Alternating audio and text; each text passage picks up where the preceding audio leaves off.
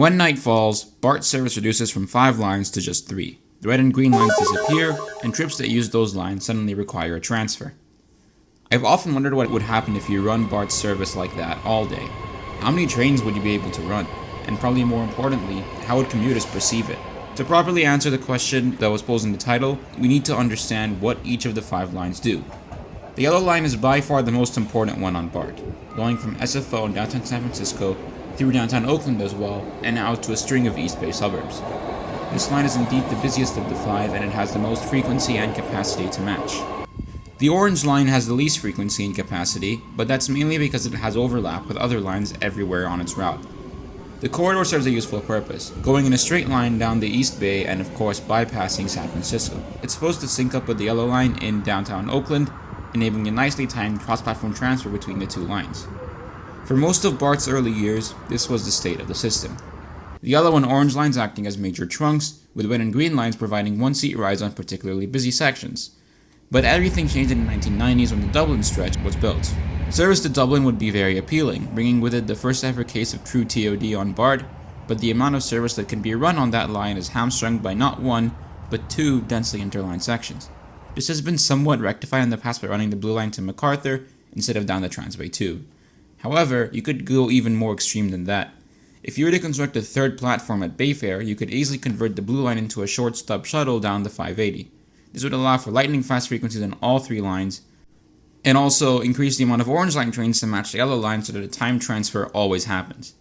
It would clean up the biggest bottleneck of BART, the Oakland Y, allowing each track to be dedicated to one line only.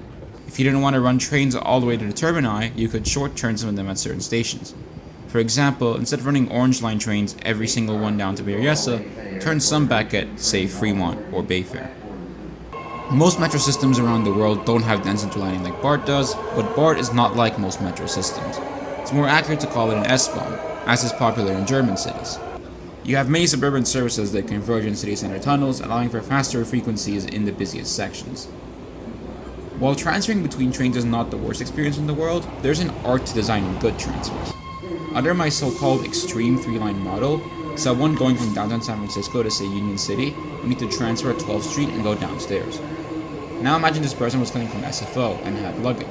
It just wouldn't be convenient. Meanwhile, with the current system, they can get on the green line at Daly City or Balboa Park without having to go down and up.